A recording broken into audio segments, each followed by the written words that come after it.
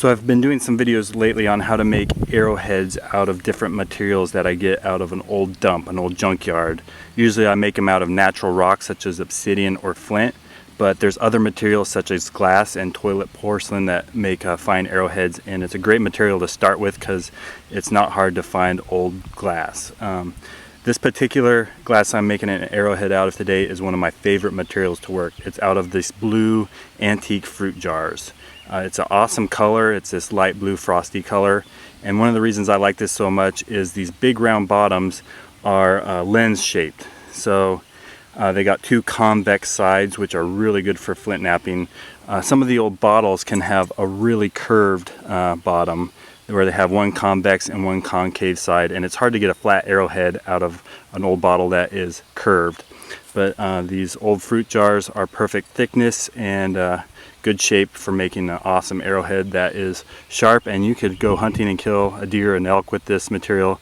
It is that good. So a lot of people have access to broken bottles and glass, and today we're going to make this arrowhead out of this junkyard ball fruit jar. Here's a similar ball fruit jar that is not broken. This particular style, you can date these by the signature, and this signature dates from 1923 to 1933. So these are old glass.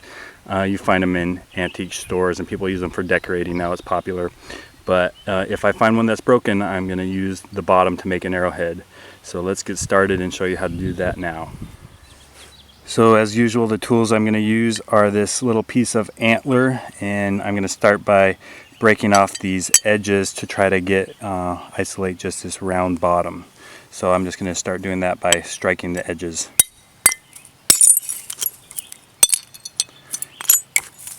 You want to kind of support the bottom there so you're not breaking it down the middle.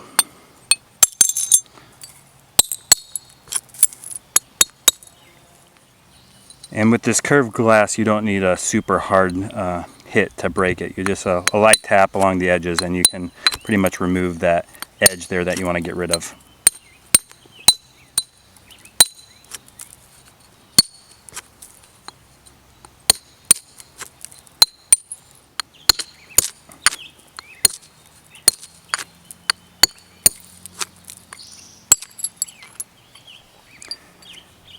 Now that's fine. I'm going to have to make this into a triangle piece anyway, so I want to be extra careful not to split this glass down the middle, but that will work just fine for making an arrowhead, and I can even do something with this piece too.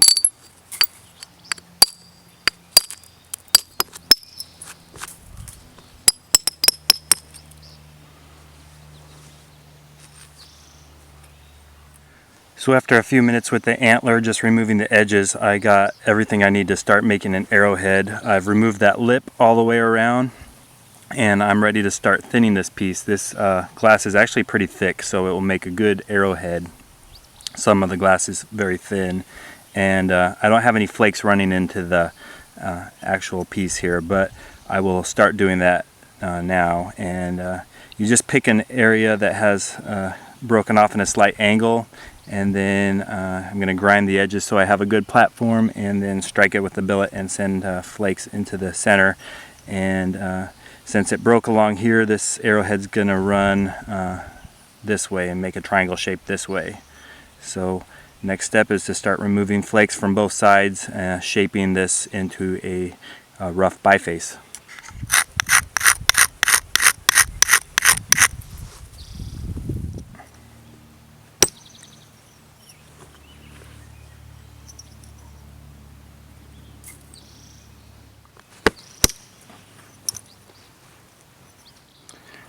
So one thing I like so much about flint knapping these fruit jar bottoms is that their profile is convex, lens shaped, which means it's higher in the middle and then slopes towards the edges. And when you strike the flakes on the edge, it takes nice long flakes.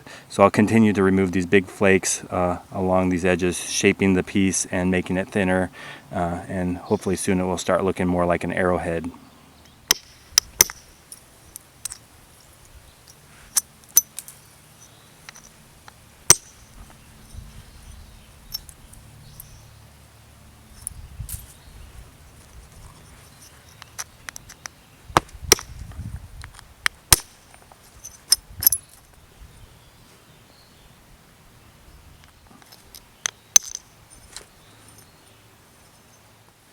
So after striking off some bigger flakes and shaping the piece, I'm getting a pretty good biface. I almost have the original surface on this side flaked out into a flaking pattern.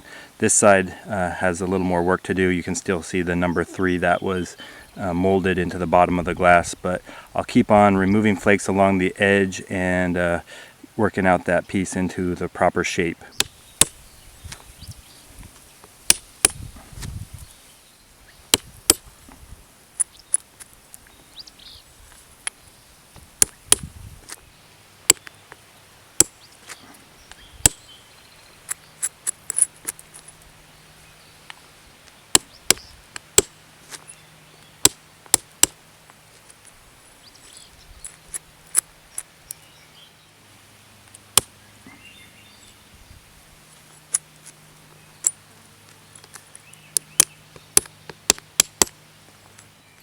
So I have my biface that I'm pretty much done with the percussion work, so I won't use the antler billet anymore.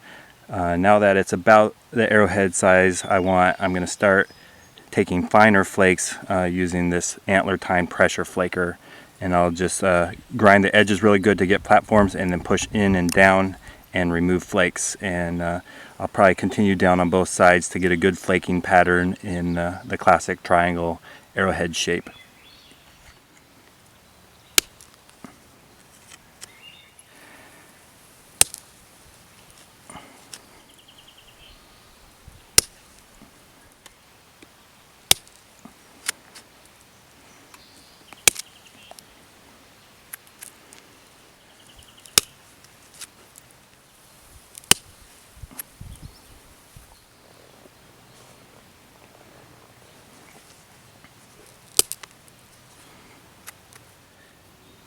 So here's the arrowhead now that I've run the pressure flaker over it, and the final step is to put in the nocks and the base, and I'm going to use that using a pressure flaker with a horseshoe nail and a wooden handle.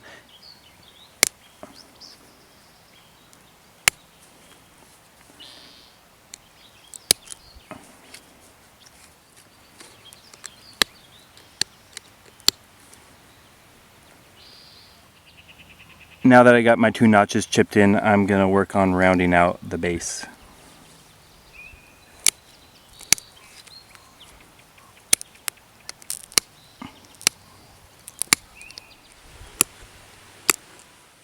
And now we have a completed blue glass arrowhead made out of an antique canning jar. If you like this video, check out some of the others I have in this series on flint knapping material I found in a junkyard, including a video on how to make tools out of toilet porcelain and other materials.